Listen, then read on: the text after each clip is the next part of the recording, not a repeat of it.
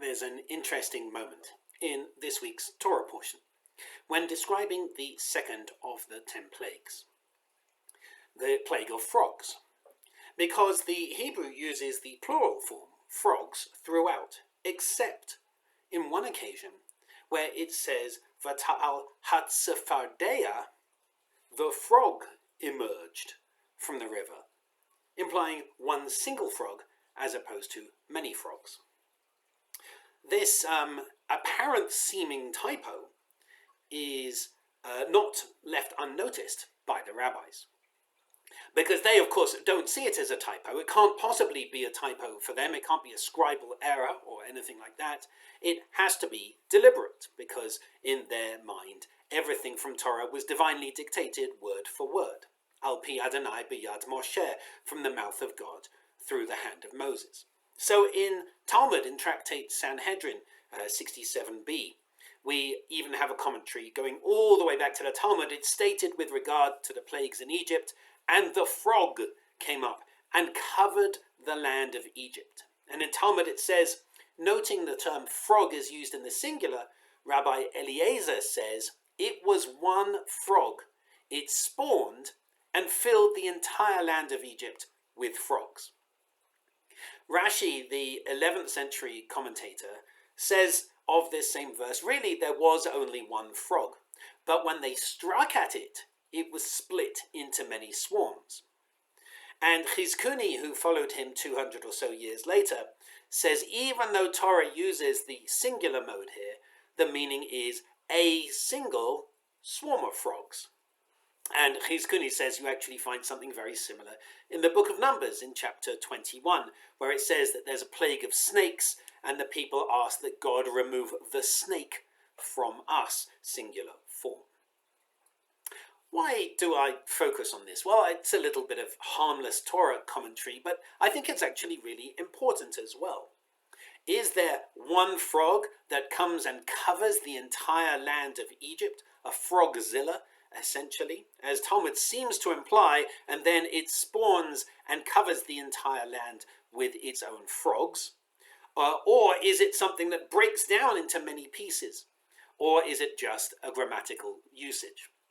The reason I think this is interesting is because it reminds us of the mindset of the rabbis that there cannot be scribal errors in Torah. And there are many examples in Torah where we could say this certainly does seem to be a scribal error. But for the rabbis of Talmud, for Rashi, Chizkuni, and others, it's inconceivable, because for them, God reveals by divine dictation, as opposed to a more nuanced, more challenging perhaps, theology that comes from the Reform movement, which is that revelation is an encounter, and Torah is our description of that encounter. It's our best understanding of what it was that God was saying to us.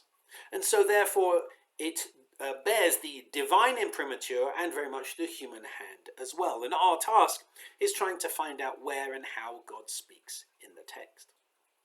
So we don't necessarily have to believe in Frogzilla, or we don't have to believe in a giant frog that somehow was struck and split into many frogs.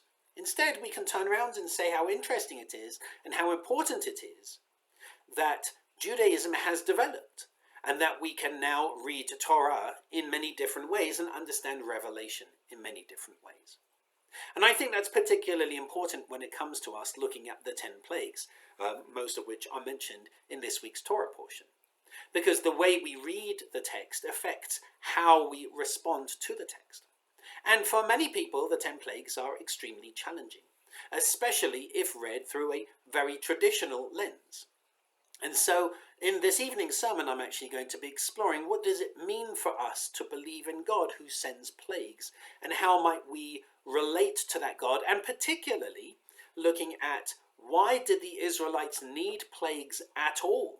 Why did the Egyptians need the plagues? Why did God need to send the plagues? What's behind that, as opposed to any other way of liberating the people? And so I think, even though the idea of Frogzilla seems a little bit silly, I actually think it's really helpful for us to remind us of the strength and importance of Reform Judaism, the importance of a new way of reading text, of not always being bound to traditional ways of interpretation. And that's particularly important as our society develops and grows. We could, of course, ignore the changes in society, and we could stick to traditional interpretations. That's certainly one way of being Jewish. But another one, embraced by our community, is for our learning to develop and grow as we develop and grow in human society.